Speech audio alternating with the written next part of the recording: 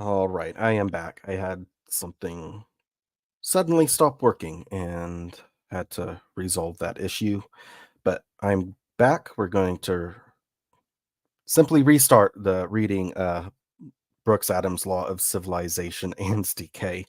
Um, it'll be a chill reading. I have some German spiced wine with me, as well as a cup of water for refreshment, and I am streaming, as I alluded to in the initial one that is now not there, as far as I can tell. Initial stream that is not there anymore. So, oh well. Here we are back again.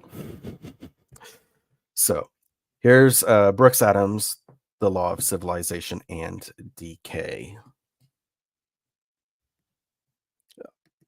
That is not what I meant to do. Okay. Brooks Adams, The Law of Civilization and Decay, the preface. In offering to the public a second edition of The Law of Civilization and Decay, I take the opportunity to say emphatically that such value as the essay may have lies in its freedom from any preconceived bias. Any preconceived bias. All theories contained in the book, whether religious or economic, are the effect and not the cause of the way in which the facts unfold themselves. I have been passive. The value of history lies not in the multitude of facts collected, but in their relation to each other. And in this respect, an author can have no larger responsibility than any other scientific observer.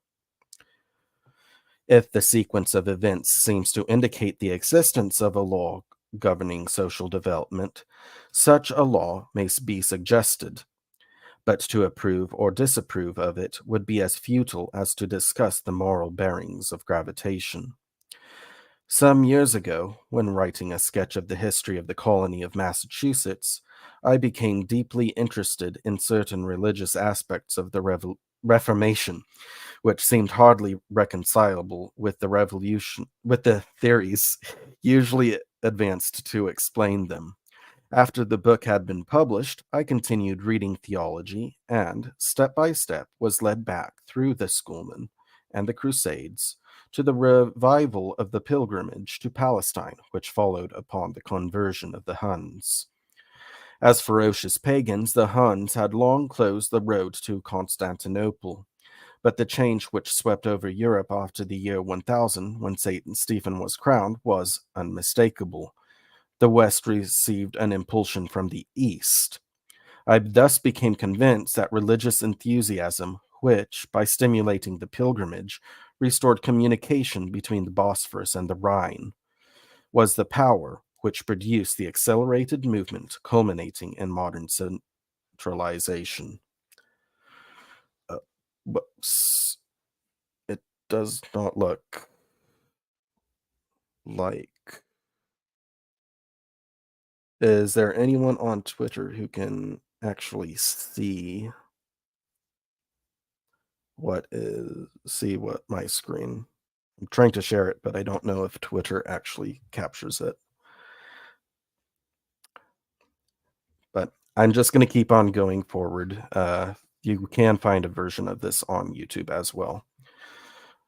So let's resume. Meanwhile, I thought I had discovered not only that faith during the 11th, 12th, and early 13th centuries spoke by preference through architecture, but also that in France and Syria, at least, a precise relation existed between the ecclesiastical and military systems of building, and that one could not be understood without the other. In the commercial cities of the same epoch, on the contrary, the religious idea assumed no definite form of artistic expression, for the Gothic never flourished in Venice, Genoa, Pisa, or Florence, nor did any pure school of architecture thrive in the mercantile atmosphere.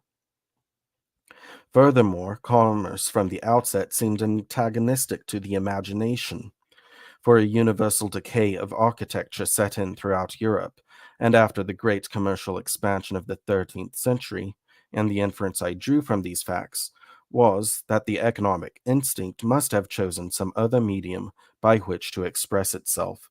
My observations led me to suppose that the coinage might be such a medium.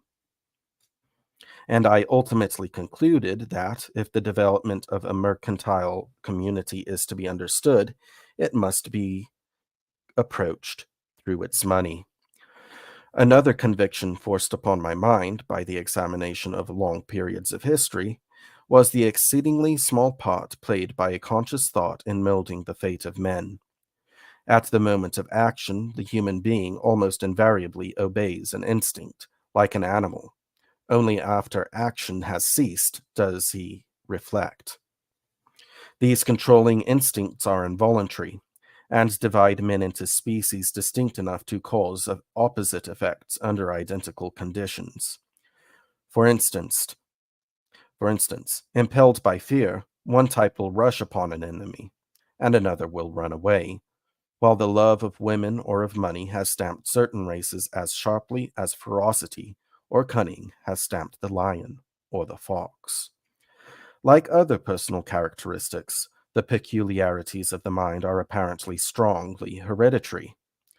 And if these instincts be transmitted from generation to generation, it is plain that, as the external world changes, those who receive this heritage must rise or fall in the social scale, according as their nervous system is well or ill adapted to the conditions to which they are born. Nothing is commoner, for example, than to find families who have been famous in one century sinking into obscurity in the next, not because the children have degenerated, but because a certain field of activity which afforded the ancestor full scope has been closed off against his offspring. Particularly has this been true in revolutionary epochs such as the Reformation, and families so situated have very generally become extinct. When this stage had been reached, the Reformation began to wear a new aspect, but several years elapsed before I saw whither my studies led. Only very slowly did a sequence of cause and effect take shape in my mind, a sequence wholly unexpected in character, whose growth resembled the arrangement of the fragments of an inscription, which cannot be read until the stones have been set in a determined order. Finally, as the historical work neared an end, I perceived that the intellectual phenomena under examination fell into a series which seemed to correspond, somewhat closely, with the laws which are supposed to regulate the movements of the material universe. Theories can be tested only by applying them to facts, and the facts relating to successive phases of human thought, whether conscious or unconscious, constitute history. Therefore, if intellectual phenomena are evolved in a regular sequence, history, like matter, must be governed by law.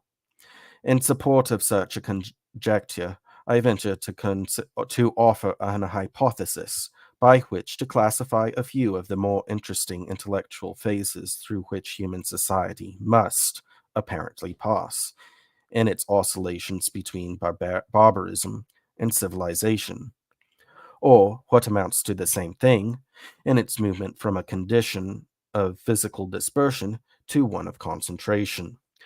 The accompanying volume contains the evidence which suggested the hypothesis, although it seems hardly necessary to add, an essay of this size on so vast a subject can only be regarded as a suggestion. The theory proposed is based upon the accepted scientific principle that the law of force and energy is of universal application in nature, and that animal life is one of the outlets through which solar energy is dissipated. Starting from this fundamental proposition, the first deduction is that, as human societies are forms of animal life, these societies must differ among themselves in energy, in proportion as nature has endowed them, more or less abundantly, with energetic material. Thought is one of the manifestations of human energy, and among the earlier and simpler phases of thought, two stand conspicuous: fear and greed.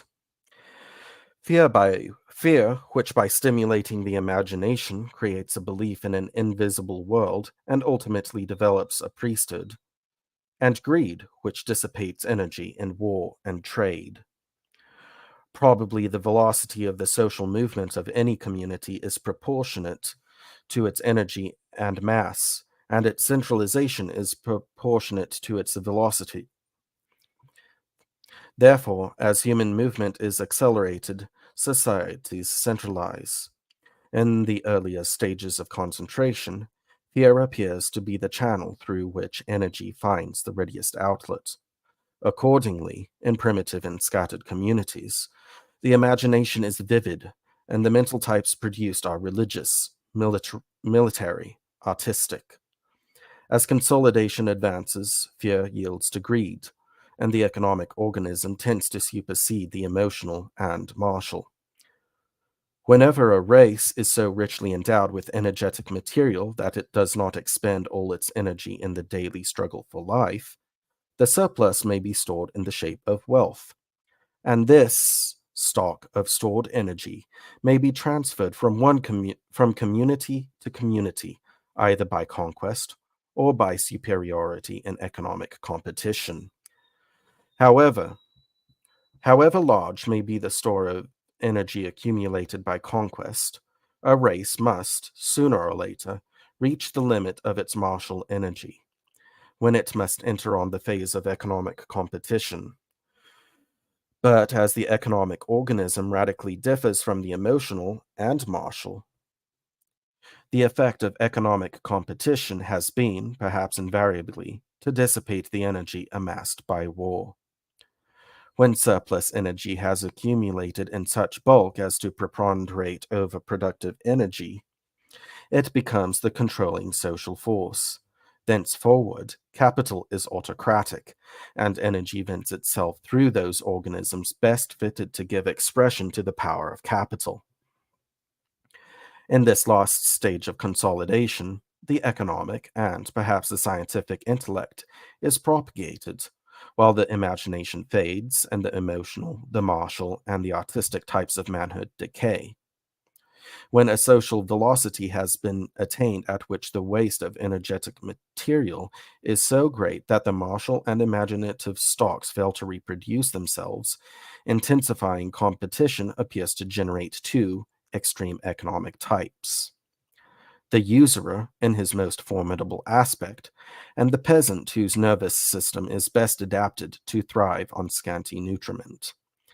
At length, the point must be reached when pressure can go no further, and then perhaps one of two results may follow. A stationary period may supervene, which may last until ended by war, by exhaustion, or by both combined, as it seems to have been the case with, with the Eastern Empire, or, as in the Western, disintegration may set in, and the civilized population may perish, and a reversion may take place to a primitive form of organism. The evidence, however, seems to point to the conclusion that when a highly centralized society disintegrates under the pressure of economic competition, it is because the energy of the race has been exhausted. Consequently, the survivors of such a community lack the power necessary for renewed concentration, and must probably remain inert until supplied with fresh energetic material by the infusion of barbarian blood. Brooks Adams. Quincy, August the 20th, 1896. Okay, and here is the contents of the book. We have a chapter on the Romans, chapter on the Middle Ages, the First Crusade, the Second Crusade, the fall of Constantinople, the suppression of the Temple, the English Reformation, the suppression of the convents, the eviction of the yeomen, Spain and India, and modern centralization. and a concluding chapter and index. So let's keep on going. Let's go into the first chapter here of The Law of Civilization and Decay by Brooks Adams. Chapter 1. The Romans. When the Romans first emerged from the mist of fable, they were already a race of landowners who held their property in severalty, and as the right of alienation was established, the formation of relatively large estates had begun. The ordinary family, however, held perhaps 12 acres, and as the land was arable and the staple grain, it supported a dense rural population. The husbandmen who tilled this land were of the martial type, and probably for that reason, those supremely gifted as administrators and soldiers were ill-fitted to endure the strain of unrestricted economic competition, of a centralized society. Consequently, their conquests had hardly consolidated before decay set in, a decay whose causes may be traced back until they are lost in the dawn of history. The Latins had little economic versatility. They lacked the instinct of the Greeks for commerce, or of the Assyrians and Hindus for manufacturers. They were essentially landowners, and, when endowed with the acquisitive faculty, usurers. The latter early developed into a distinct species, at once more subtle of intellect and more tenacious of life than the farmers, and on the disparity between these two types of men, the fate of all subsequent civilization has hinged. At a remote antiquity, Roman society divided into creditors and debtors. As it consolidated, the power of the former increased, thus intensifying the pressure on the weak until, when centralization culminated under the Caesars, reproduction slackened, disintegration set in, and after some centuries of decline, the Middle Ages began. I'll take one moment to get a drink.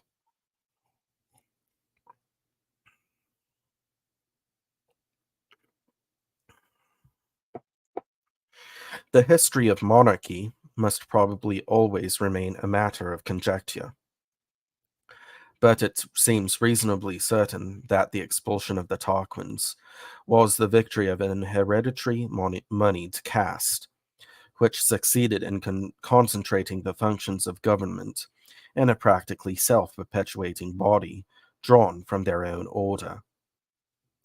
Niebuhr has demonstrated in one of his most striking chapters that usury was originally a patrician privilege, and some of the fiercest struggles of the early republic seem to have been decided against the oligarchy by wealthy plebeians, who were determined to break down the monopoly in money lending.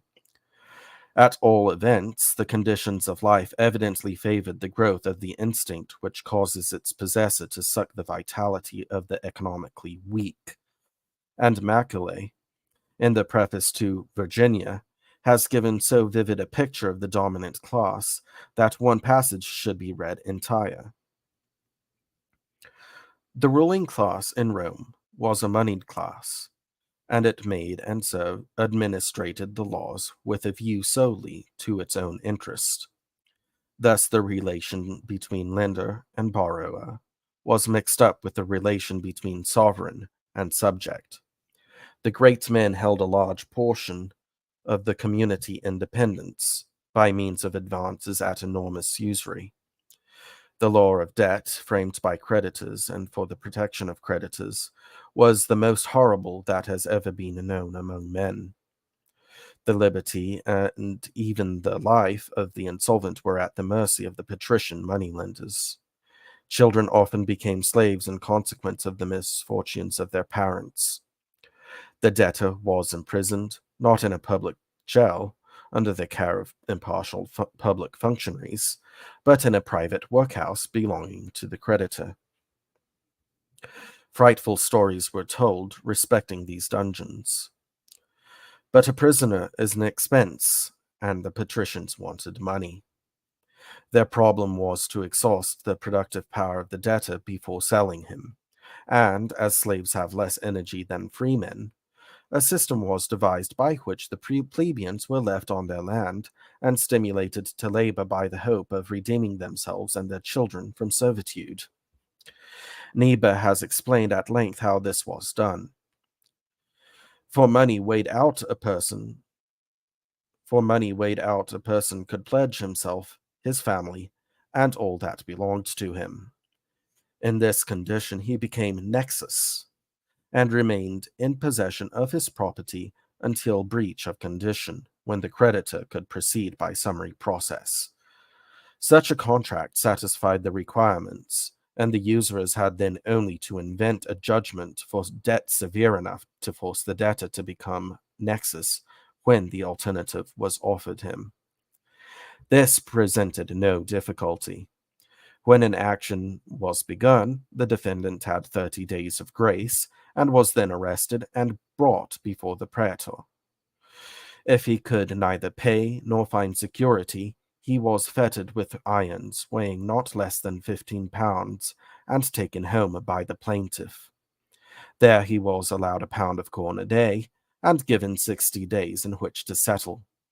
If he failed, he was taken again before the praetor and sentenced. Under this sentence, he might be sold or executed, and where there were several plaintiffs, they might cut him up among them, nor was any individual liable for carving more than his share. A man so sentenced involved his descendants, and therefore, rather than submit, the whole debtor class became nexi, toiling forever to fulfill contracts quite beyond their strength, and year by year sinking more hopelessly into debt. For ordinarily, the accumulated interest soon raised the principal to many times its original amount. Niebuhr has thus summed up the economic situation. To understand the condition of the plebeian debtors, let the reader, if he is a man of business, imagine that the whole of the private debts in a given country were turned into bills at a year, bearing interest at 20% or more, and that the non-payment of them were followed on by summary process, by imprisonment, and by the transfer of the debtor's whole property to his creditor, even though it exceeded what he owed. We do not need those further circumstances, which are incompatible with our manners. The personal slavery of the debtor and of his children, to form an estimate of the fearful condition of the unfortunate plebeians. Thus the usurer first exhausted a family, and then sold it, and as his class fed on insolvency and controlled legislation, the laws were as ingeniously contrived for creating debt as for making it profitable when contracted. One characteristic device was the power given the magistrate of fining for offences against order. Under this head, men might include any accusations they pleased, and by the higher grades in the scale of fines, they might accomplish whatever they desired.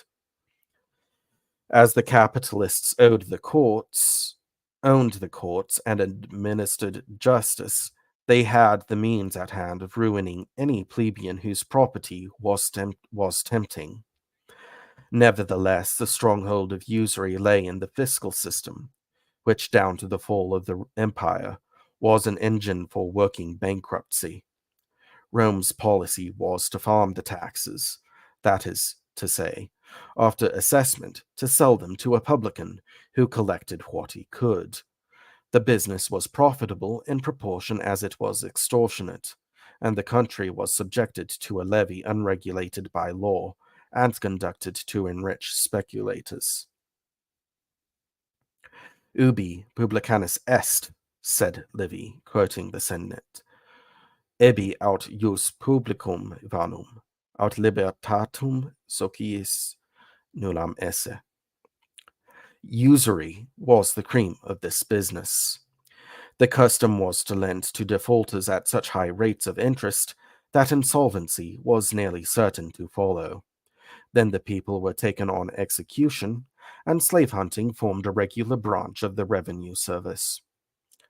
In Cicero's time, whole provinces of Asia Minor were stripped bare by the traffic. The effect upon the Latin society of the 5th century before Christ was singularly destructive. Italy was filled with petty states and chronic war. The troops were an unpaid militia, which comprised the whole able-bodied population, and though the farms yielded enough for the family in good times, when the males were with the legions, labor was certain to be lacking. The campaigns therefore brought want, and with want came the inability to pay taxes.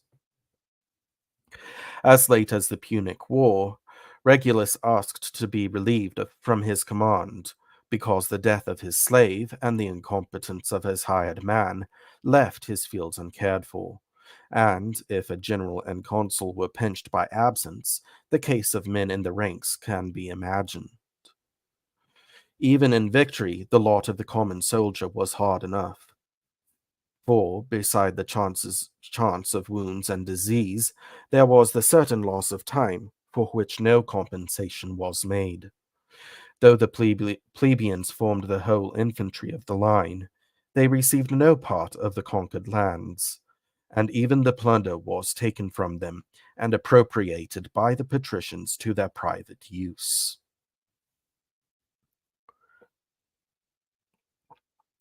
In defeat, the open country was overrun, the cattle driven off or slaughtered, the fruit trees cut down, the crops laid waste, and the houses burned. In speaking of the Gallic invasion, Niebuhr has pointed out that the ravaging of the enemy and the new taxes laid to rebuild the ruined public works led to general insolvency. Such conditions fostered the rapid propagation of distinct types of mind, and at a very early period, Romans had been bred destitute of the martial instinct, but more crafty and more tenacious of life than the soldier. These were the men who conceived and enforced the usury laws, and who held to personal pledges as the dearest privilege of their order.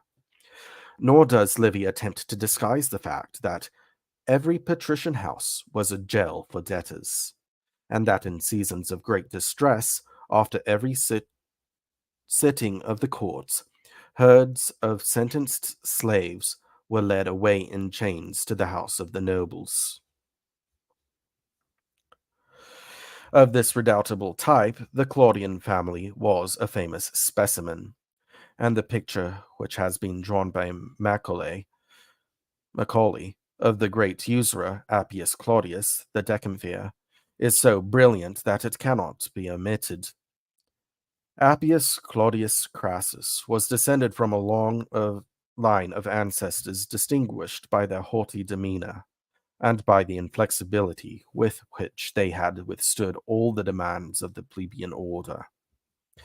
While the political conduct and the deportment of the Claudian nobles drew upon them the fiercest public hatred, they were accused of wanting, if any credit is due to the early history of Rome, a class of qualities which, in a military commonwealth, is sufficient to cover a multitude of offenses.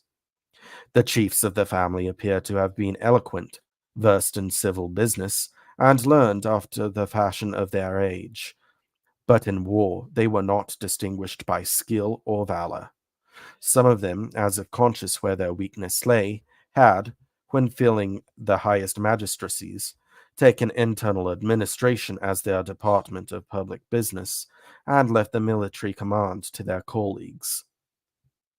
One of them had been entrusted with an army, and had failed ignominiously. None of them had been honored with a triumph. His grandfather, called like himself Appius Claudius, had left a name as much detested as that of Sextus Tarquinius. Tarquinius. Thus, elder Appius had been consul more than 70 years before the introduction of the Licinian laws. By availing himself of a singular crisis in public feeling, he had obtained the consent of the commons to the abolition of the tribuneship, and had been the chief of that Council of 10, to which the whole direction of the state had been committed. In a few months, his administration had become universally odious. It had been swept away by an irresistible outbreak of popular fury, and its memory was still held in abhorrence by the whole city. The immediate cause of the downfall of this execrable government was said to have been an attempt made by Appius Claudius upon the chastity of a beautiful young girl of humble birth. The story ran that the decemvir, unable to succeed by bribes and solicitations, resorted to an outrageous act of tyranny. A vile dependent of the Claudian house laid claim to the damsel as his slave. The cause was brought before the tribunal of Appius. The wicked magistrate, in defiance of the clearest proofs, gave judgment for the claimant. But the girl's father, a brave soldier, saved her from servitude and dishonor by stabbing her to the heart in the sight of the whole forum. That blow was the signal for a general explosion. Camp and city rose at once. The 10 were pulled down, the tribuneship was re-established, and Appius escaped the hands of the executioner only by a voluntary death. Virginia was slain in 449 BC, just in the midst of the long convulsion which began with the secession to the Mons Sacer and ended with the Licinian laws. During this century and a quarter, usury drained the Roman vitality low. Nebo was doubtless right in his conjecture that the munitions legions were filled with Nexi, to whom the continuance of the existing status meant slavery, and Mommsen also pointed out that the convulsions of the 3rd and 4th centuries, in which it seemed as though Roman society must disintegrate, were caused by the insolvency of the middle class of landholders. Had Italy been more tranquil, it is not inconceivable that the small farmers might even then have sunk into the serfdom which awaited them under the empire. For in peace the patricians might have been able to repress insurrection with their clients. But the accumulation of capital had hardly begun, and several centuries were to elapse before money was to take its ultimate form in a standing army. Meanwhile, troops were needed almost every year to defend the city, and as the legions were a militia, they were the enemy and not the instrument of wealth.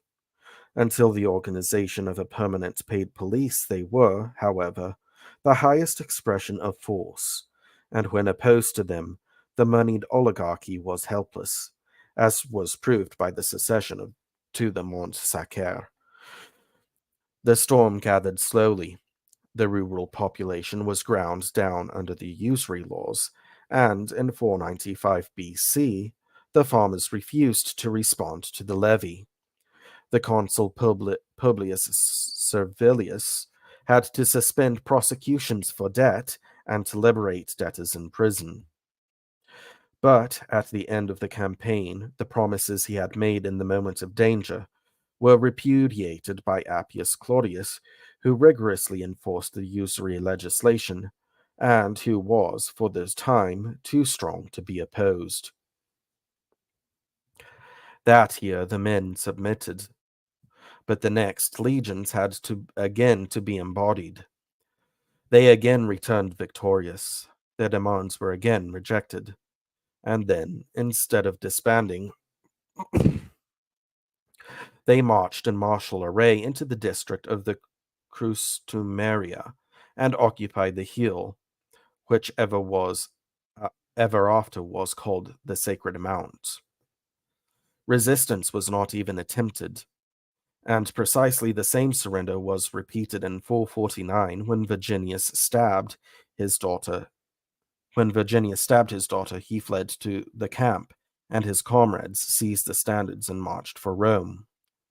The Senate yielded at once, decreed the abolition of the decemvirate, and the triumphant cohorts drawn up upon the Aventine chose their tribunes. Finally, in the last great struggle, when Camillus was made dictator to coerce the people, he found himself impotent. The moneyed oligarchy collapsed when confronted with an armed force, and Camillus, reduced to act as mediator, vowed a temple to Concord on the passage of the Licinian laws. The Licinian laws provided for a partial liquidation, and also for an increase of the means of the debtor class by redistribution of the public land. This land had been seized in war and had been monopolized by the patricians without any particular legal right. Licinius obtained a statute by which back payments of interest should be applied to extinguishing the principal of debts, and balances then remaining due should be liquidated in 3 annual installments. He also limited the quantity of the public domain which could be held by any individual, and directed that the residue which remained after the reduction of all estates to that standard should be distributed in 5-acre lots. Pyrrhus saw with a soldier's eye that Rome's strength did not lie in her generals, who were frequently his inferiors, but in her farmers, whom he could not crush by defeat, and this was the class which was favored by the Licinian laws. They multiplied greatly when the users capitulated, and, as Macaulay remarked, the effect of the reform was singularly happy and glorious. It was indeed no less than the conquest of Italy. Rome, while the disabilities of the plebeians continued, was scarcely able to maintain her ground against the Volscians and Hernicans. When those disabilities were removed, she rapidly became more than a match for Carthage and Macedon. But nature's very bounty to the Roman husbandman and soldier proved his ruin. Patient of suffering, enduring of fatigue, wise in council, fierce in war, he routed all who opposed him. And yet the vigorous mind and the robust frame which made him victorious in battle were his weakness when at peace. He needed costly nutriment, and when brought into free economic competition with Africans and Asiatics, he starved. Such competition resulted directly from foreign conquests, and came rapidly when Italy had consolidated, and the Italians began to extend their power over other races. Nearly 5 centuries intervened between the foundation of the city and the defeat of Pyrrhus. But within little more than 200 years from the victory of the Beneventum, Rome was mistress of the world. Indeed, beyond the peninsula, there was not much save Carthage to stop the march of the legions.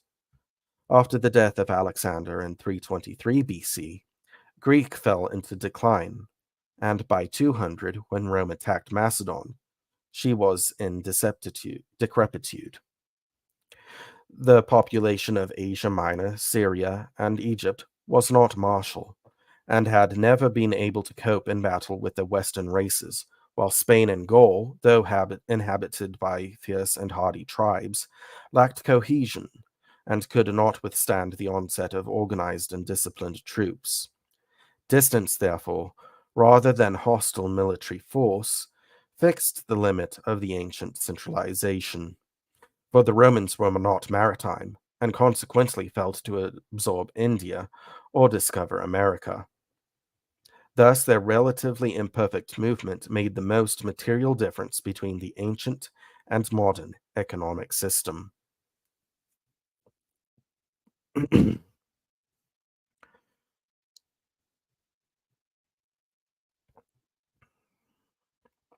By conquest, the countries inhabited by races of a low vitality and great tenacity of life were opened both for trading and slaving, and their cheap labor exterminated the husbandmen of Italy.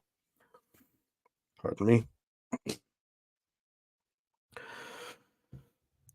Particularly after the annexation of Asia Minor, this labor overran Sicily, and the cultivation of the cereals by the natives became impossible when the island had been parceled out into great estates, stocked by capitalists with Eastern slaves who, at Rome, undersold all competitors.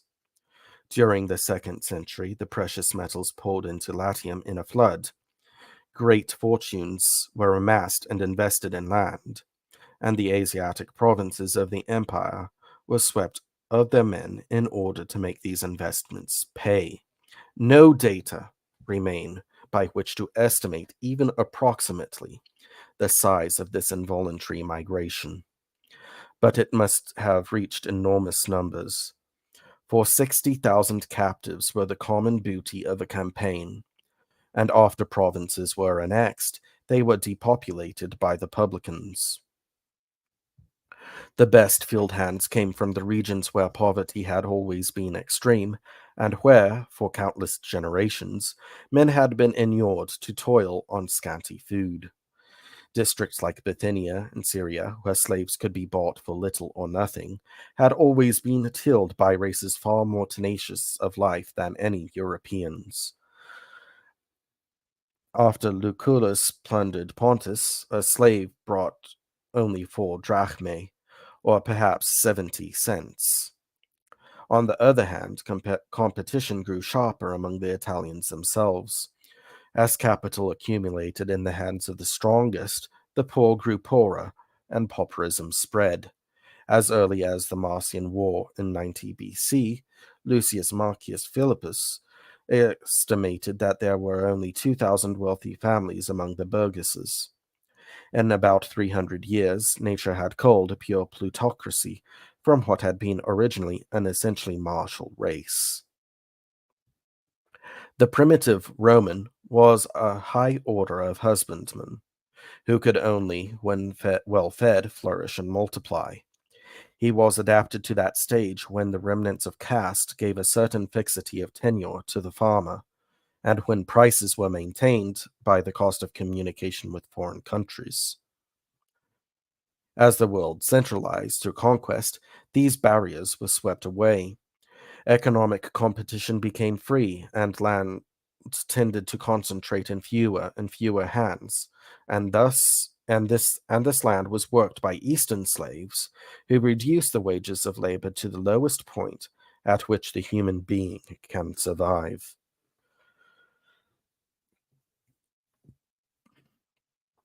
The effect was to split society in halves, the basis being servile, and the freemen being separated into a series of classes according to the economic power of the mind. Wealth formed the title to nobility of the great oligarchy, which thus came to constitute the core of the empire. At the head stood the senators, whose rank was hereditary unless they lost their property. For to be a senator, a man had to be rich. Augustus fixed $48,000 as the minimum of the senatorial fortune and made up the deficiency to certain favored families. But Tiberius summarily ejected spendthrifts. All Latin literature is redolent of money. Tacitus, with an opulent connection, never failed to speak with disdain of the base born, or, in other words, of the less prosperous. Pompeius Sabinus, a man of humble raised to position by the caprice of 2 emperors, Cassius Severus, a man of mean extraction, and, in the poetry of antiquity, there are few more famous lines than those in which Juvenal has described the burden of poverty. Haud facile emergunt, quorum virtutibus obstat res angusta domi. Perhaps no modern writer has been so imbued with the spirit of the later empire as Fustel de Collonges, and on this subject he has been emphatic. Not only were the Romans not democratic, but at no period of her history did Rome love equality.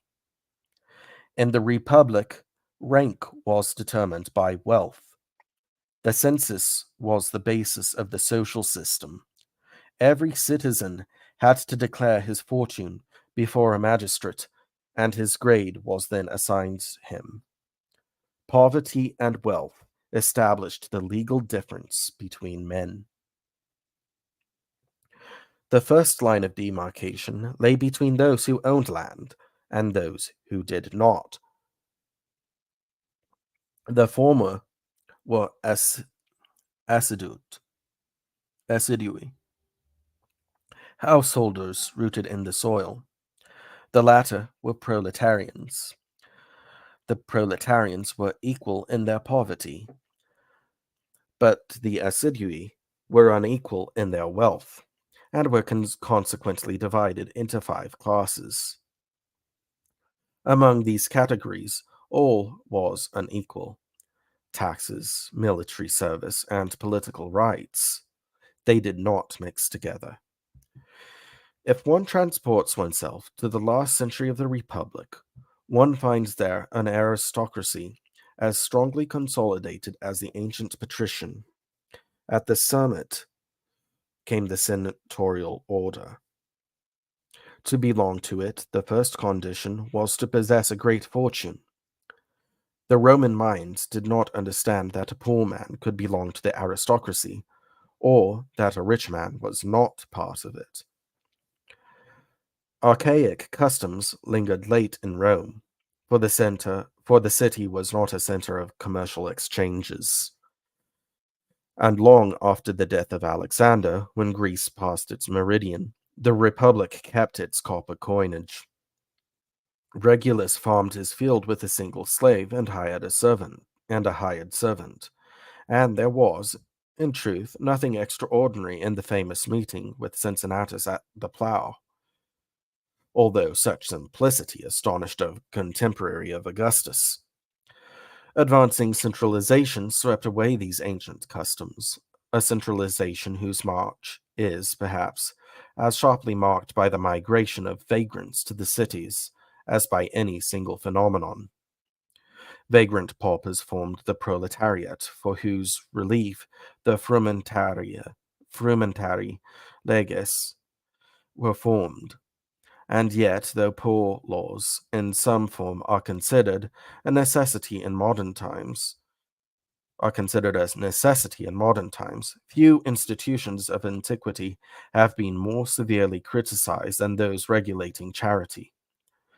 From the time of Cato downward, the tendency has been to maintain that at Rome demagogues fed the rabble at the cost of the lives of the freeholders. Probably the exact converse is the truth. The public gifts of food appear to have been the effect of the ruin of agriculture, and not its cause. After the Italian husbandmen had been made insolvent by the competition of races of lower vitality, they flocked starving to the capital. But it was only reluctantly that the great speculators in grain, who controlled the Senate, admitted the necessity of granting state aid to the class whom they had destroyed. Long before the Punic Wars, the Carthaginians had farmed Sicily on capitalistic principles. That is to say, they had stocked domains with slaves, and had traded on the basis of large sales and narrow profits.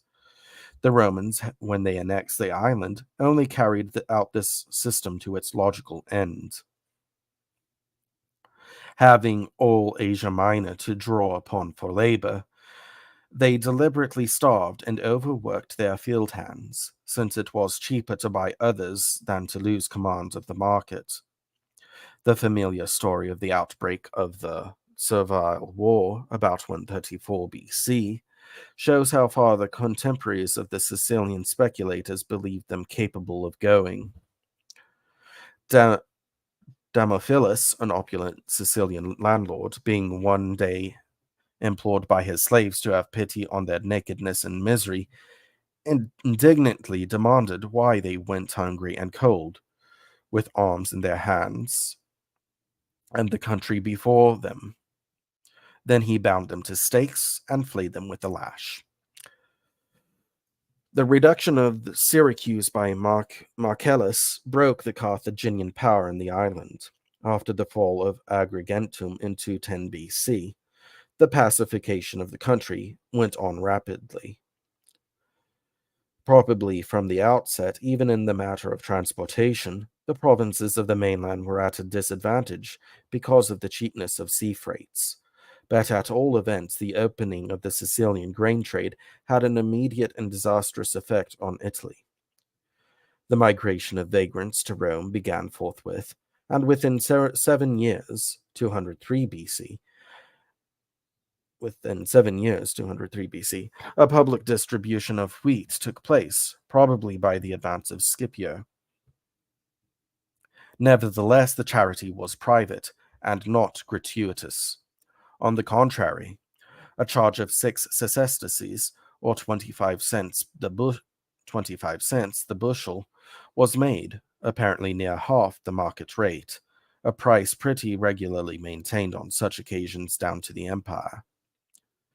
This interval comprehended the whole period of the Sicilian supremacy in the corn trade, for in 30 BC, Egypt was annexed by Augustus. The distress which followed upon free trade with Egypt finally broke down the resistance of the rich to gratuitous relief for the poor. Previously, the opposition to state aid had been so stubborn that until 123 BC, no legal provision whatever was made for paupers, and yet the account left by Polybius of the condition of Lombardy toward the middle of the 2nd century shows the complete wreck of agriculture. The yield of corn in this district is so abundant that wheat is often sold at 4 obols, Sicilian medimnus, about 8 cents by the bushel, or a little less than 2 sesterces. Barley at 2, or a metrites of wine for an equal measure of barley. The cheapness and abundance of all articles of food may also be clearly shown from the fact that travelers in these parts, when stopping at inns, do not bargain for particular articles, but simply ask what the charge is per head for board. And for the most part, the innkeepers are content with half an as about half a cent a day. These prices indicate a lack of demand so complete that the debtors among the peasantry must have been ruined, and yet taxpayers remained obdurate. Gratuitous distributions were tried in 58 BC by the Lex Claudia, but soon abandoned as costly, and Caesar applied himself to reducing the outlay on the needy. He hoped to reach his end by cutting down the number of grain receivers 1/2, by providing that no grain should be given away except on presentation of a ticket, and by ordering that the number of ticket holders should not be increased.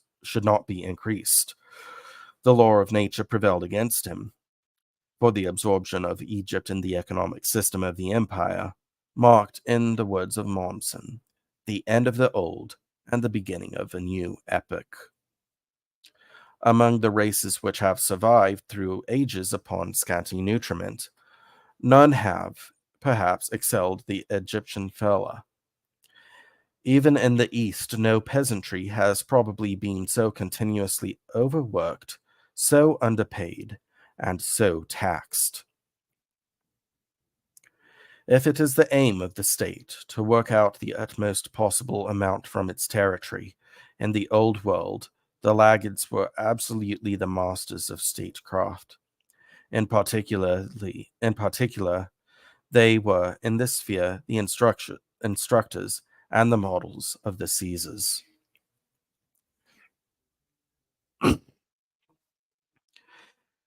In the first century, Egypt was, as it still is, preeminently a land of cheap labor. But it was also something more. The valley of the Nile, enriched by the overflow of the river, returned an hundredfold, without manure. And this wonderful district was administered not like an ordinary province, but like a private farm belonging to the citizens of Rome. The emperor reserved it to himself.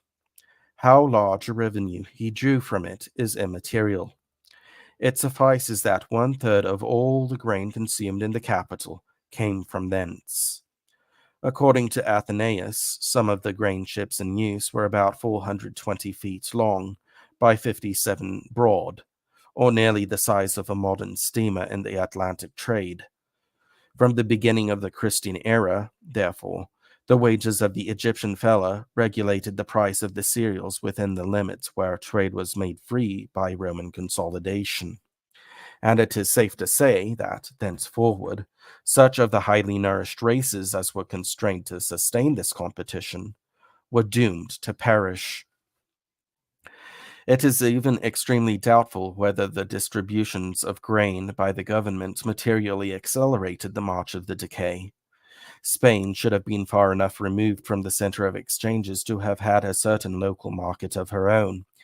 And yet, Martial, writing about 100 AD, described the Spanish husbandman eating and drinking the produce he could not sell, and receiving but 4 sesterces the bushel for his wheat, which was the price paid by paupers in the time of Cicero.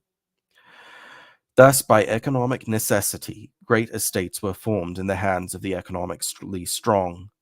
As the value of cereals fell, arable land passed into vineyards or pasture, and the provinces, being unable to sustain their old population, eviction went on with gigantic strides. Had the Romans possessed the versatility to enable them to turn to industry, factories might have afforded a temporary shelter to this surplus labor. But manufacturers were monopolized by the East. Therefore, the beggared peasantry were either enslaved for debt or wandered as penniless paupers to the cities, where gradually their numbers so increased as to enable them to extort a gratuitous dole. Indeed, during the 3rd century, their condition fell so low that they were unable to even cook the food freely given them, and Aurelian had their bread baked at public ovens. As centralization advanced with the acceleration of human movement, force expressed itself more and more exclusively through money, and the channel in which money chose to flow was in investments in land. The social system fostered the growth of large estates. The Romans always had an inordinate respect for the landed magnate and a contempt for the tradesman. Industry was reputed a servile occupation, and under the Republic, the citizen who performed manual labor was almost deprived of political rights. Even commerce was thought so unworthy of the aristocracy that it was forbidden to senators. The soul was always, in this Roman society, the principal source, and above all, the only measure of wealth. A law of Tiberius obliged capitalists to invest 2/3 of their property and land. Trajan not only exacted of aspirants to office that they should be rich, but that they should place at least 1/3 of their fortune in Italian real estate. And, down to the end of the empire, the senatorial class was at the same time the class of great landed proprietors. The more property consolidated, the more resistless the momentum of capital became. Under the empire, small properties grew steadily rarer, and the fewer they were, the greater the disadvantage at which their owners stood. The small farmer could hardly sustain himself in competition with the great landlord. The grand domain of the capitalist was not only provided with a full complement of laborers, vine dressers, and shepherds, but with the necessary artisans. The poor farmer depended on his rich neighbor even for his tools. He was what a workman would be today amidst great factories, worked alone. He bought dearer and sold cheaper. His margin of profit steadily shrunk. At last he was reduced to a bare subsistence in good years, and the first bad harvest left him bankrupt. The Roman husbandman and soldier was doomed, for nature had turned against him. The task of his fort- the task of history is but to ascertain his fate and trace the fortunes of his country after he had gone.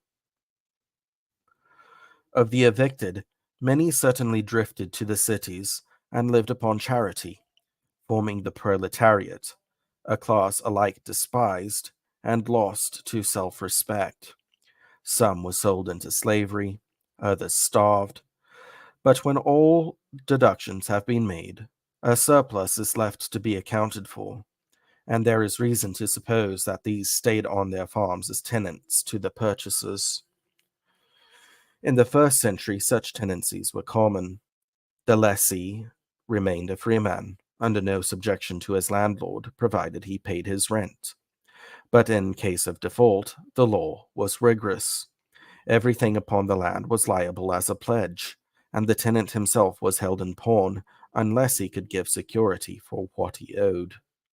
In case thereof, therefore, of prolonged agricultural depression, all that was left of the ancient rural population could hardly fail to pass into the condition of serfs, bound to the land by debts beyond the possibility of repayment. That such a depression actually occurred, and that it extended through several centuries, is certain. Nor is it possible that its only cause was Egyptian competition, for had it been so, an equilibrium would have been reached when the African exchanges had been adjusted, whereas a continuous decline of prices went on until long after the fall of the Western Empire. The only other possible explanation of the phenomenon is that a contradiction of the currency began soon after the death of Augustus and continued without much interruption down to Charlemagne. Between the fall of Carthage and the birth of Christ, the Romans plundered the richest portions of the world west of the Indus. In the second century, North Africa, Macedon, Spain, and parts of Greece and Asia Minor. In the first, Athens, Cappadocia, Syria, Gaul, and Egypt. These countries yielded an enormous mass of treasure, which was brought to Rome as spoil of war, but which was not fixed there by commercial exchanges, and which continually tended to flow back to the natural centers of trade. Therefore, when conquest ceased, the resources of new bullion dried up, and the quantity held in Italy diminished as the balance of trade grew more and more unfavorable. Under Augustus, the precious metals were plenty and cheap, and the prices of commodities were correspondingly high.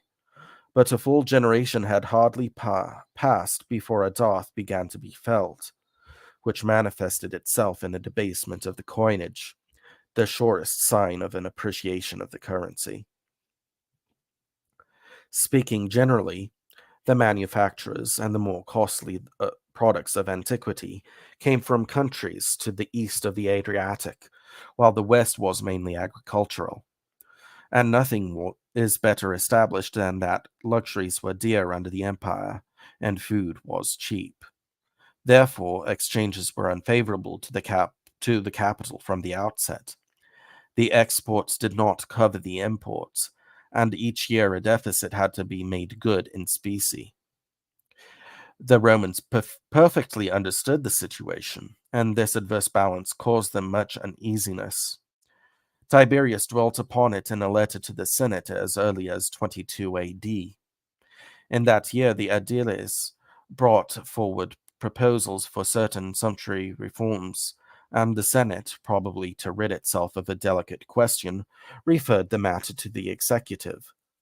Most of the emperor's reply is interesting, but there is one particularly noteworthy paragraph. If a reform is in truth intended, where must it begin? And how am I to restore the simplicity of ancient times? How shall we reform the taste for dress? How are we to deal with the peculiar articles of female vanity, and in particular with that rage for jewels and precious trinkets, which drains the empire of its wealth and sends, in exchange for baubles, the money of the commonwealth to foreign nations, and even to the enemies of Rome? Half a century later, matters were apparently worse, for Pliny more than once returned to the subject. In the 12th book of his natural history, after enumerating the many well-known spices, perfumes, drugs, and gems, which have always made the Eastern trade of such surpassing value, he estimated that at the most moderate computation, 100 million sesterces, or about $4 million in coin, were annually exported to Arabia and India alone, and at a time when silk was worth its weight in gold. The estimate certainly does not seem excessive. He added, "So dear do pleasures and women cost us." The drain to Egypt and the Asiatic provinces could hardly have been much less serious. Adrian almost seems to have been jealous of the former, for in his letter to Servianus, after having criticized the people, he remarked that it was also a rich and productive country in which no one was idle, and in which glass, paper, and linen were manufactured. The Syrians were both industrial and commercial. Tyre, for example, worked the raw silk of China, dyed, and exported it. The glass of Tyre and Sidon was famous. The local aristocracy were merchants and manufacturers, and as later the riches acquired in the east flowed to Genoa and Venice, so then the commercial gains of the west flowed back to Tyre and Apamea. Within about 60 years from the final consolidation of the empire under Augustus, this continuous efflux of the precious metals began to cause the currency to contract and prices to fall. And the first effect of shrinking values appears to have been a financial crisis in 33 AD.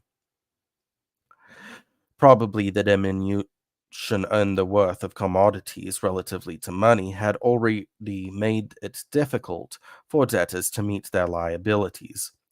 For Tacitus has prefaced his story by pointing out that usury had always been a scourge of Rome, and that just previous to the panic, an agitation against the moneylenders had begun with a view to enforcing the law regarding interest.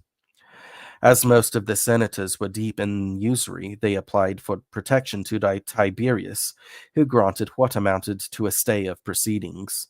And then, as soon as the capitalists felt them safe, they proceeded to take their revenge. Loans were called, accommodation refused, and mortgages were ruthlessly sold out.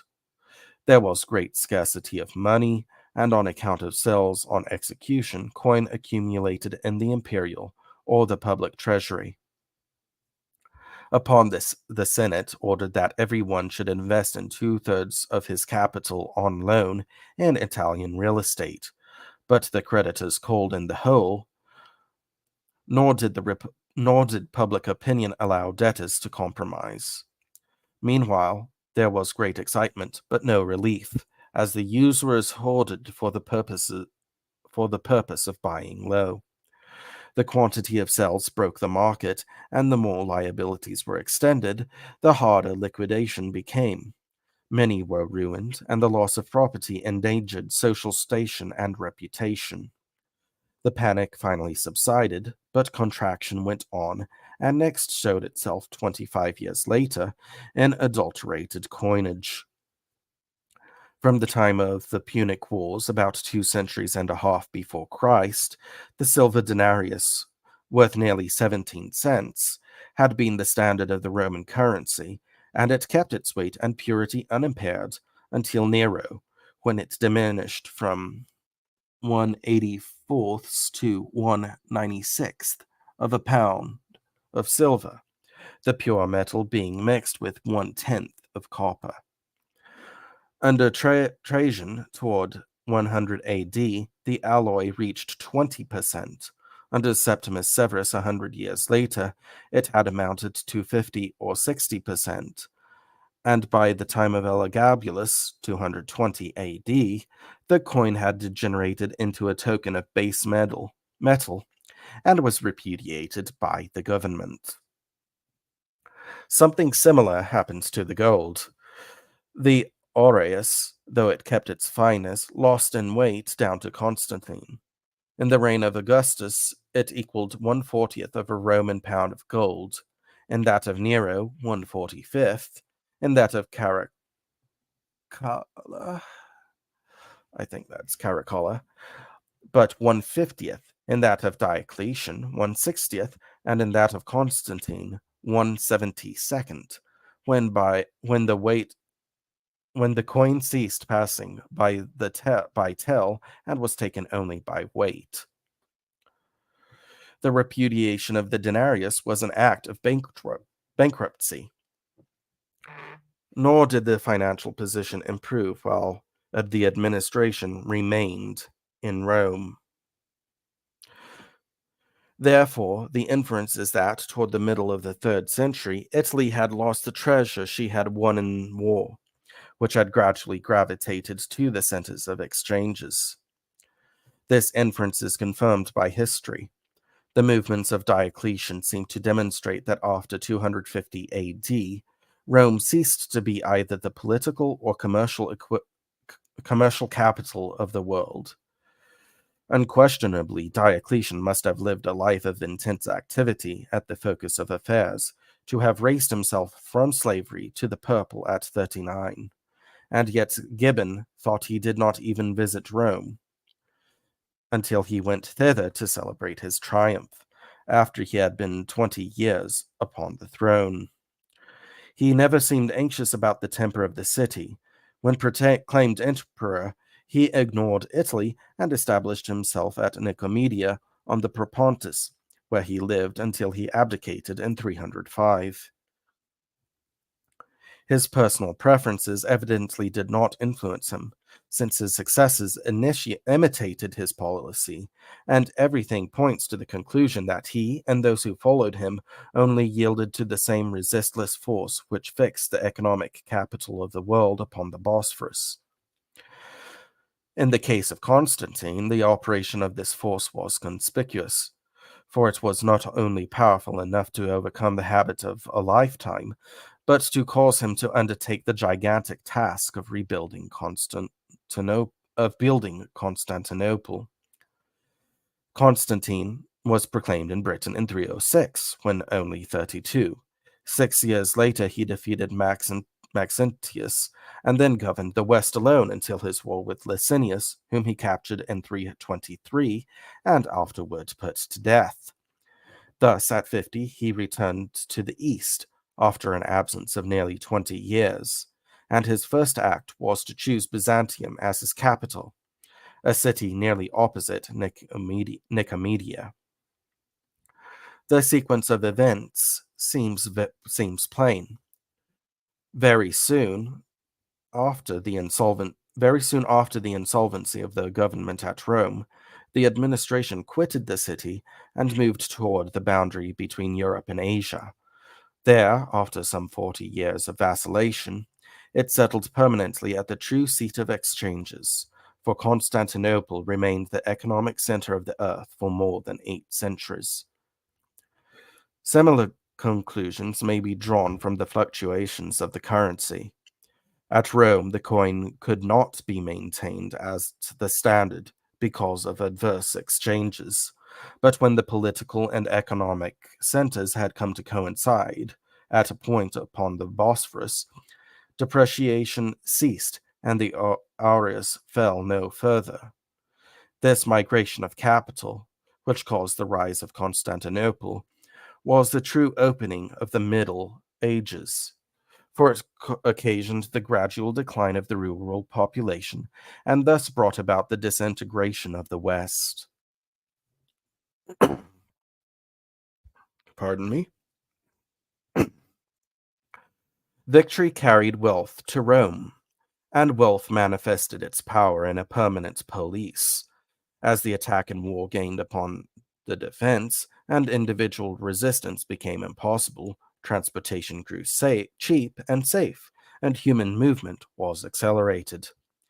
Then economic competition began and intensified as centralization advanced, telling always in favor of the acutest intellect and the cheapest labor. Soon exchanges became permanently unfavorable. A steady drain of bullion set into the east, and as the outflow depleted the treasure amassed at Rome by plunder, contraction began, and with contraction came that fall of prices, which first ruined, then enslaved, and finally exterminated the native rural population of Italy.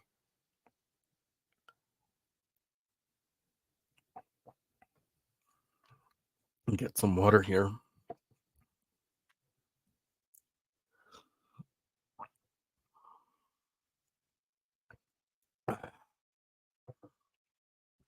In the time of Diocletian, the ancient silver currency had long been repudiated, and in his well known edict, he spoke of prices as having risen ninefold when reckoned in the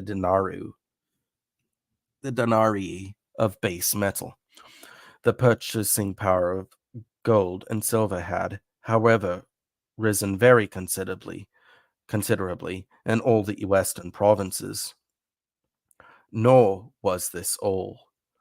It appears to be a natural law that when social development has reached a certain stage, and capital has accumulated sufficiently, the class which has had the capacity to absorb it shall try to enhance the value of their property by legislation.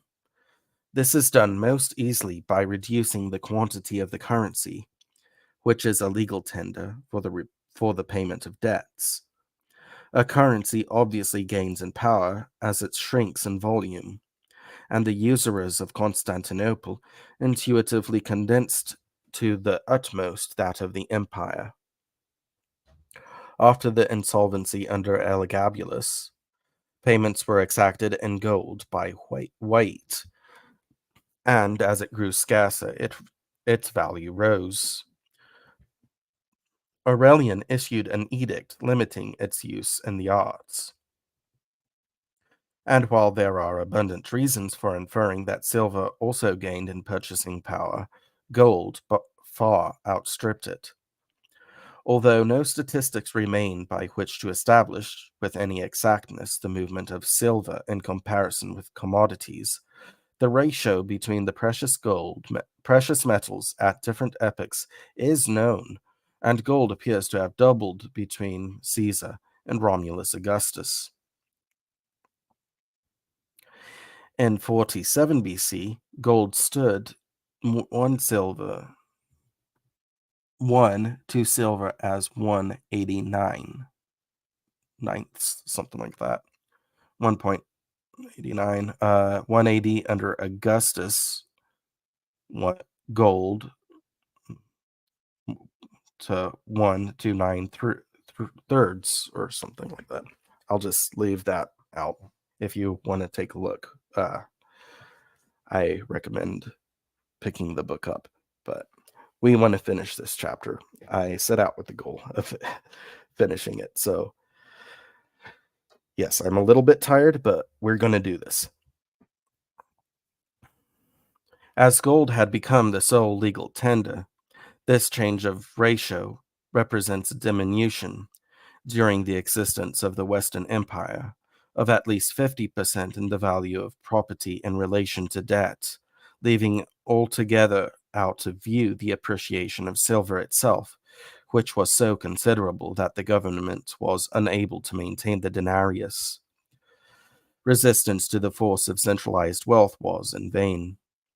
Aurelian's attempts to reform the mints is said to have caused a rebellion, which cost him the lives of 7,000 of his soldiers, and though his policy was continued by Probus, and Diocletian coined both metals again at a ratio, expansion was so antagonistic to the interests of the moneyed class that, by 360, silver was definitely discarded, and gold was made by law the only tender for the payment of debts. Pardon me. Furthermore, the usurers protected themselves against any possible tampering with the mints by providing that the solidus should pass by weight and not by tell. That is to say, they reserved to themselves the right to reject any golden sou which contained less than 1/72nd of a pound of standard metal, the weight fixed by Constantine. Thus, at a time when the exhaustion of the mines caused a failure in the annual supply of bullion, the old composite currency was split in two, and the half retained made to pass by weight alone, so as to throw the loss by clipping and abrasion upon the debtor. So strong a strong a contraction engendered a steady fall of prices, a fall which tended rather to increase rather than diminish as time went on. But in prolonged periods of decline in the market value of agricultural products, farmers can with difficulty meet a money rent, because the sale of their crops leaves a greater deficit each year. And finally, a time comes when insolvency can no longer be postponed. In his opening chapter, Gibbon described the empire under the Antonines as enjoying a happy period of more than fourscore years of peace and prosperity. And yet nothing is more certain that this halcyon age was in reality an interval of agricultural ruin. On this point, Pliny was explicit, and Pliny was a large landowner. He wrote one day to Calvisius about an investment, and went at length into the condition of the property. A large estate adjoining his own was for sale, and he was tempted to buy, for the land was fertile, rich, and well watered. The fields produced vines and wood which promised a fair return, and yet this natural fruitfulness was marred by the misery of the husbandman. He found that the former owner had often seized the penura, or pledges, that is, all the property the tenants possessed, and though by so doing he had temporarily reduced their arrears, he had left them without the means of tilling the soil. These tenants were freemen who had been unable to meet their rent because of falling prices, and who, when they had lost their tools, cattle, and household effects, were left paupers on the farms they could neither cultivate nor abandon. Consequently, the property had suffered, the rent had declined, and for these reasons, and the general hardness of the times, its value had fallen from 5 million to 3 million sesterces. In another letter, he explained that he was detained at home making new arrangements with his tenants, who were apparently insolvent, for, in the last 5 years, in spite of great concessions, the arrears have increased. For this reason, most tenants take no trouble to diminish their debt, which they despair of paying. Indeed, they plunder and consume what there is upon the land, since they cannot since they think they cannot save for themselves. The remedy he proposed was no more money leases, but to farm on shares. The tone of these letters shows that there was nothing unusual in all of this. Pliny nowhere intimated that the tenants were to blame, or that better men were to be had. On the contrary, he said emphatically that in such hard times money could not be collected, and therefore the interest of the landlord was to cultivate his estate on shares, taking the single precaution to place slaves over the tenants as overseers and receivers of the crops. In the same way, the digest referred to such arrears as habitual. In still another letter to Trajan, Pliny observed, Continue sterilitatis cogunt me de remissionibus cogitare. Certainly, these insolvent farmers could have held no better position when working on shares than before their disasters, for as bankrupts they were wholly in their creditors' power, and could be hunted like slaves and brought back in fetters if they fled. They were tied to the property by a debt which could never be paid, and they and their descendants were doomed to stay forever as colony or serfs, chattels to be devised or sold as part of the realty. In the words of the law, they were considered slaves of the land. The ancient martial husbandman had thus fallen from point to point, from debt to debt, into an almost perpetual subjection. Deliverance was impossible, for payment was out of the question. He was bound to the soil for his life, and his children after him inherited his servitude with his debt. The customs according to which the colony held were infinitely varied. They differed not only between estates, but between the hands on the same estate. On the whole, however, life must have been hard, for the serfs of the empire did not multiply, and the scarcity of rural labor became a chronic disease. Yet relatively, the position of the colonus was good, for his wife and children were his own. Slavery was the ulcer which ate into the flesh, and the Roman fiscal system, coupled as it was with usury, was calculated to enslave all but the oligarchy who made the laws. The taxes of the provinces were assessed by the censors and then sold for cash to the publicans, who undertook the collection. Italy was at first exempted, but after her bankruptcy she shared in the common fate. Companies were formed to handle these ventures. The knights usually subscribed the capital and divided the profits, which corresponded with the severity of their administration. And as the Roman conquests extended, these companies grew too powerful to be controlled. The only officials in a position to act were the provincial governors, who were afraid to interfere and preferred to share in the gains of the traffic rather than to run the risk of exciting the wrath of so dangerous an enemy.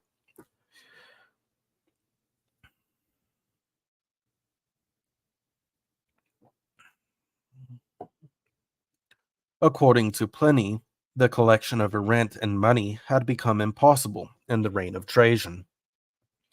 The reason was that with a contracting currency, prices of produce fell, and each year's crop netted less than that of the year before. Therefore, a rent moderate in one decade was extortionate in the next. But taxes did not fall with the fall in values. On the contrary, the tendency of centralization is always toward a more costly administration. Under Augustus, one emperor with a moderate household sufficed. But in the 3rd century, Diocletian found it necessary to reorganize the government under 4 Caesars, and everything became specialized in the same proportion. In this way, the people were caught between the upper and the nether millstone. The actual quantity of bullion taken from them was greater, the lower prices of their property fell, and arrears of taxes accumulated precisely as Pliny described the accumulation of arrears of rent. These arrears were carried over from reign to reign, and even from century to century. And Petronius, the father-in-law of Valens, is said to have precipitated the rebellion of Procopius by exacting the tribute unpaid since the death of Aurelian 100 years before. The processes employed in the collection of the revenue were severe. Torture was freely used, and slavery was the fate of defaulters. Armed with such power, the publicans held debtors at their mercy. Though usury was forbidden, the most lucrative part of the trade was opening accounts with the treasury, assuming debts, and charging interest sometimes as high as 50%. Though, as prices fell, the pressure grew severer. The abuses of the administration were never perhaps worse than toward the end of the Republic. In his oration against Verus, Cicero said the condition of the people had become intolerable. All the provinces are in mourning, all the nations that are free are complaining, every kingdom is expostulating with us about our covetousness and injustice. The well-known transactions of Brutus are typical of what went on wherever the Romans marched. Brutus lent the Senate of Salaminia at 48% a year. As the contract was illegal, he obtained 2 degrees of the Senate at Rome for his protection and then to enforce payment of his interest. Scaptius, his man of business, borrowed from the governor of Sicilia a detachment of troops. With this, he blockaded the Senate so closely that several members starved to death. The Salaminians, wanting at all costs to free themselves from such a load, offered to pay off both interest and capital at once. But to this Brutus would not consent, and to impose his own terms upon the province, he demanded from Cicero more troops, only 50 horse. When at last, by such proceedings, the debtors were so exhausted that no torment could wring more from them, they were sold as slaves. Nicodemus, king of Bithynia, on being reproached for not furnishing his contingent of auxiliaries, replied that all his able-bodied subjects had been taken by the farmers of the revenue. Nor, though the administration doubtless was better regulated under the empire than under the republic, did the oppression of the provinces cease. Juvenal, who wrote about 100, implored the young noble taking possession of his government to put some curb upon his avarice, to pity the poverty of the allies. You see, the bones of kings sucked of their very marrow. And though the testimony of Juvenal may be rejected as savoring too much of poetical license, Pliny must always be treated with respect. When Maximus was sent to Achaia, Pliny thought it well to write him a long letter of advice, in which he not only declared that to wrest from the Greeks the shadow of liberty left them would be durum ferum barbarumque, but adjured him to try to remember what each city had been, and not to despise it for what it was. Most impressive, perhaps of all, is the statement of Dio Cassius that the revolt led by Boudicca in Britain in 61 AD, which cost the Romans 70,000 lives, was provoked by the rapacity of Seneca, who, having forced a loan of 10 million drachmas, $1,670,000, on the people at usurious interest, suddenly withdrew his money, thereby inflicting intense suffering. As Pliny said with bitterness and truth, the arts of avarice were those most cultivated at Rome. The stronger type exterminated the weaker. The money-lender killed out the husbandman. The race of soldiers vanished, and the farms whereon they had once flourished were left desolate. To quote the words of Gibbon, the fertile and happy province of Campania extended between the sea and the Apennines from the Tiber to the Salarus. Within 60 years after the death of Constantine, and on the evidence of an actual survey, an exemption was granted in favor of 330,000 English acres of desert and uncultivated land, which amounted to 1/8 of the surface of the whole province. It is true that Gibbon in this paragraph described Italy as she was in the 4th century, just before the barbarian invasions. But a similar fate had overtaken the provinces under the Caesars. In the reign of Domitian, according to Plutarch, Greece had been almost depopulated. She can, with much difficulty, raise 3,000 men, which number the single city of Megara sent heretofore to the battle of Plataea. For of what use would the oracle be now, which was heretofore at Tegia, or at Tus? For scarcely you shall meet in a whole day's time with so much as a herdsman or shepherd in those parts. Wallen has observed that Rome, in the early times of the Republic, was chiefly preoccupied with having a numerous and strong population of freemen. Under the empire, she had but one anxiety: taxes. To speak with more precision, force changed the channel through which it operated. Native farmers and native soldiers were needless when such material could be brought cheaper in the north or east. With money, the cohorts could be filled with Germans. With money, slaves and serfs could be settled upon Italian fields. And for the last century, before the great inroads began, one chief problem of the imperial administration was the regulation of the inflow of new blood from without, lacking which the social system must have collapsed. The later campaigns on the Rhine and the Danube were really slave hunts on a gigantic scale. Probus brought back 16,000 men from Germany, the bravest and most robust of their youth, and distributed them in knots of 50 or 60 among the legion. Their aid was now become necessary. The infrequency of marriage and the ruin of agriculture affected the principles of population, and not only destroyed the strength of the present, but intercepted the hope of future generations. His importations of agricultural labor were much more considerable. In a single settlement in Thrace, Probus established 100,000 Bastarnae.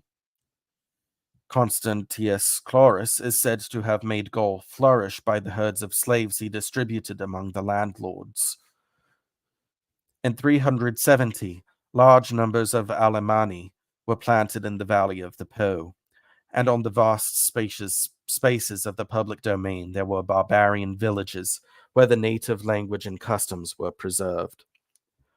Probably none of these Germans came as freemen.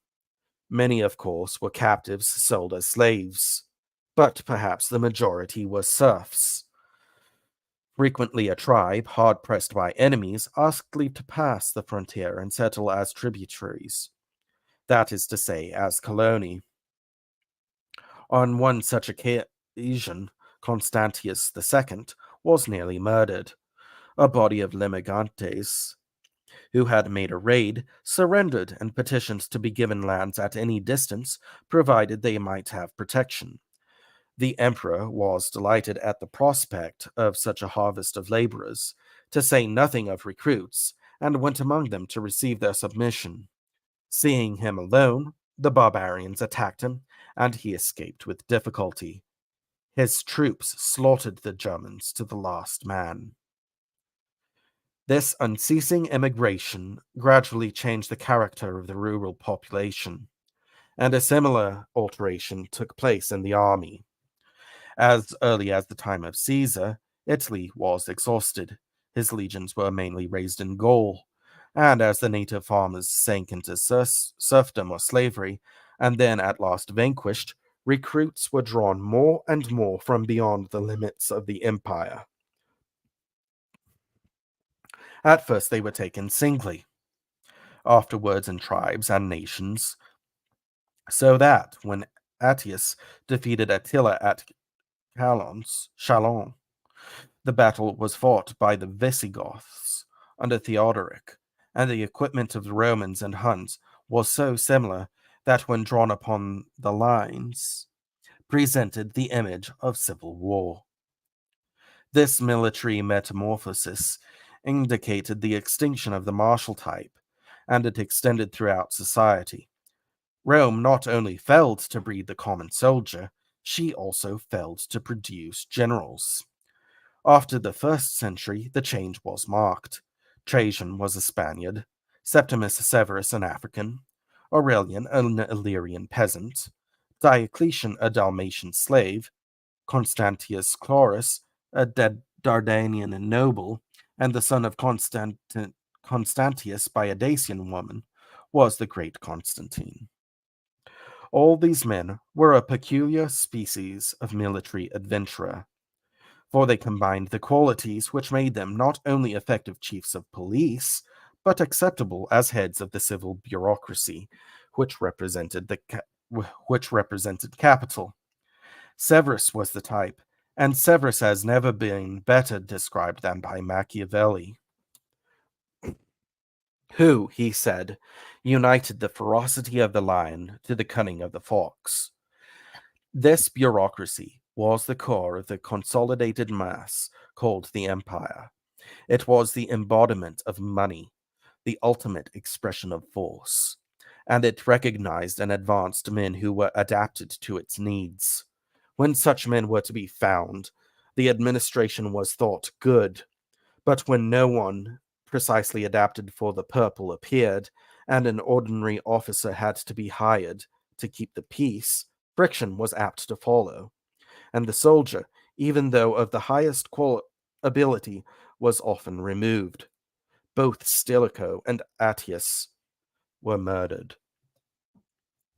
The moneyed oligarchy which formed this bureaucracy was a growth as characteristic of the high centralization of the age as a sacred caste is characteristic of decentralization. Perhaps the capitalistic class of the later empire has been better understood and appreciated by Fustel de Coulanges than by any other historian. All the documents which show the spirit of the epoch show that this noblesse was as much honored by the government as respected by the people. It was from it that the imperial government chose ordinarily its high functionaries. These functionaries were not sought among the lower classes.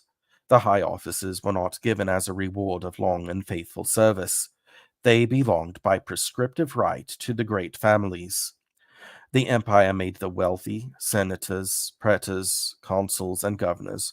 All dignities, except only the military, were practically hereditary in the opulent class. This class is rich, and the government is poor. This class is mistress of the larger part of the soil. It is in possession of the local dignities, of the administrative and judicial functions. The government has only the appearance of power and an armed force which is continually diminishing. The aristocracy had the land, the wealth, the distinction, the education, ordinarily the morality of existence. It did not know how to fight and to command. It withdrew itself from military service. More than that, it despised it. It was one of the characteristic signs of this society to have always placed the civil functions not on a level with, but much above the grades of the army. It esteemed much the profession of the doctor, of the professor, of the advocate. It did not esteem that of the officer and the soldier, and left it to men of low estate. This supremacy of the economic instinct transformed all the relations of life, the domestic as well as the military. The family ceased to be a unit, the members of which cohered from the necessity of self-defense and became a business association. Marriage took the form of a contract, dissoluble at the will of either party, and as it was somewhat costly, it grew rare. As with the drain of their bullion to the east, which crushed their farmers, the Romans were conscious, as Augustus said, that sterility must finally deliver their city into the hand of the barbarians. They knew this, and they strove to avert their fate. And there is little in history more impressive than the impotence of the ancient civilization in its conflict with nature. About the opening of the Christian era, the state addressed itself to the task. Probably in the year 4 AD, the emperor succeeded in obtaining the first legislation favoring marriage, and this enactment not proving effective, it was supplemented by the famous Leges Julia and Papia Poppaea of the year 9. In the spring, at the games, the knights demanded the repeal of these laws, and then Augustus, having called them to the forum, made them the well-known speech, whose violence now seems incredible. Those who were single were the worst of criminals. They were murderers. They were impious. They were destroyers of their race. They resembled brigands or wild beasts. He asked if the Equites, if they expected men to start from the ground to replace them, as in the fable, and declared in bitterness that while the government liberated slaves for the purpose of keeping up the number of citizens, the children of the Marcii, of the Fabii, and of the Valerii, and of the Julii, let their names perish from the earth. In vain celibacy was made almost criminal. In vain celibates were declared incapable of inheriting, while fathers were offered every bribe, where preferred in appointments to office, were even given the choice seats at games. In the words of Tacitus, not for that did marriage and children increase, for the advantages of childlessness prevailed. All that was done was to breed a race of informers and to stimulate the lawyers to fresh chicane.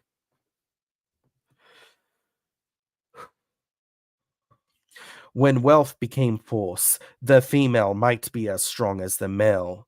Therefore, she was emancipated.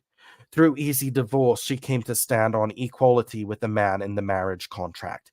She controlled her own property because she could defend it, and as she had power, she exercised political privileges.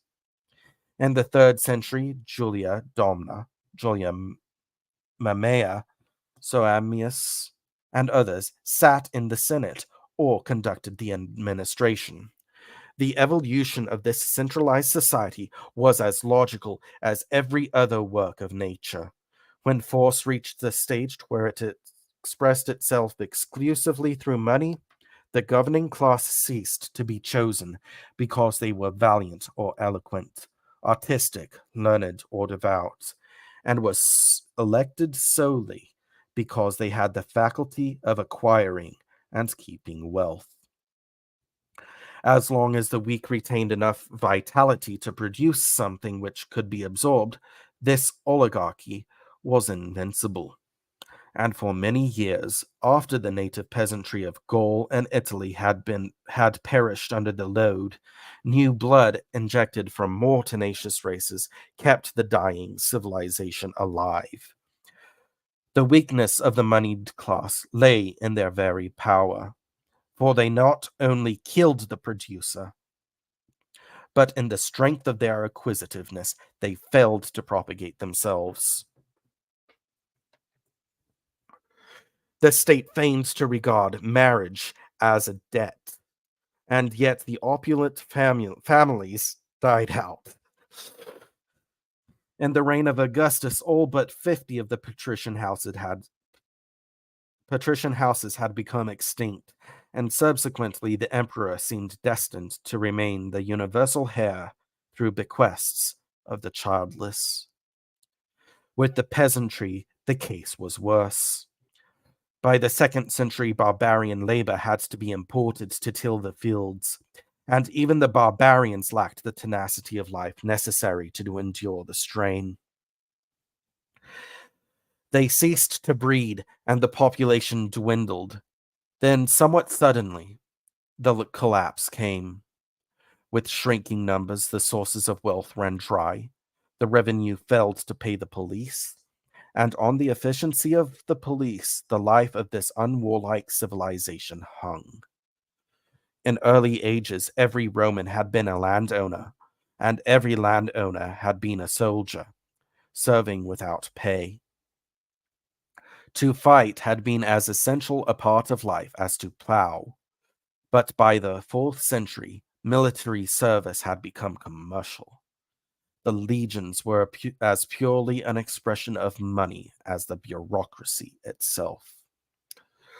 From the time of the Servian constitutions downward, the change in the army had kept pace with the acceleration of movement which caused the economic competition that centralized the state. Rome owed her triumphs over Hannibal and Pyrrhus to the valor of her infantry rather than to the genius of her generals. But from Marius, the census ceased to be the basis of recruitment, and the rich refused to serve in the ranks. This was equivalent in itself to a social revolution.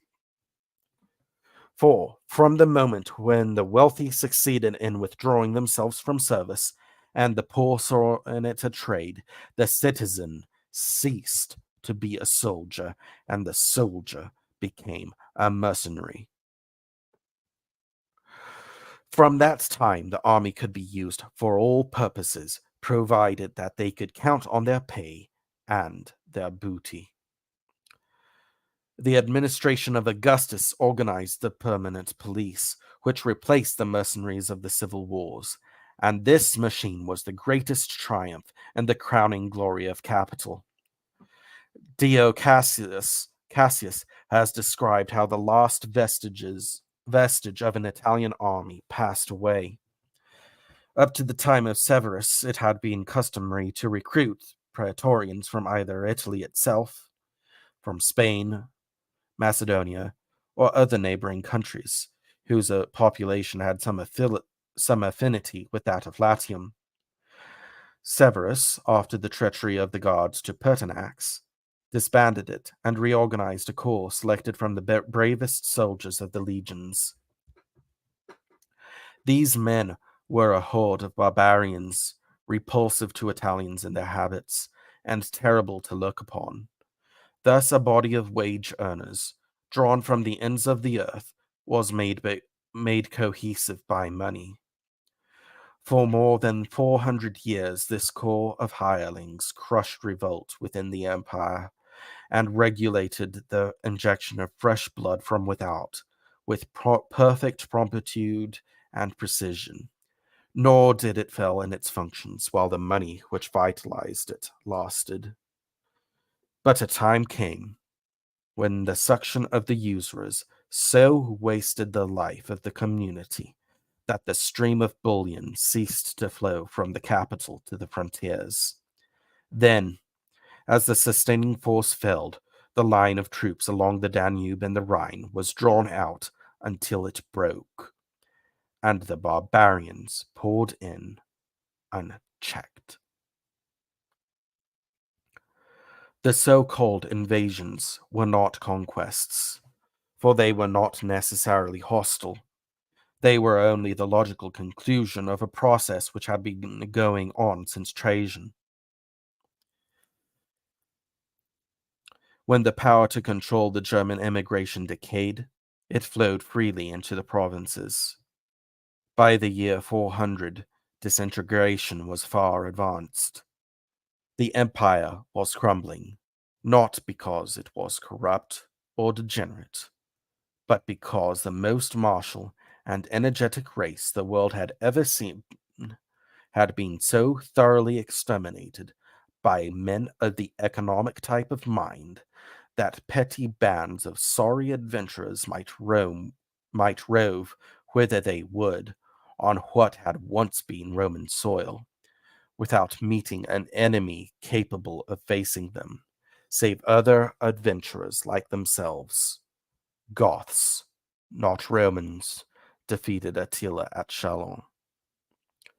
The Vandals, who in the course of 20 years wandered from the Elbe to the Atlas, were not a nation, not an army, not even a tribe, but a motley horde of northern barbarians, ruined provincials, and escaped slaves, a rabble whom Caesar's legions would have scattered like chaff, had they been as many as the sands of the shore. And yet, when Genseric routed Boniface and sacked Carthage in 439, he led barely 50,000 fighting men.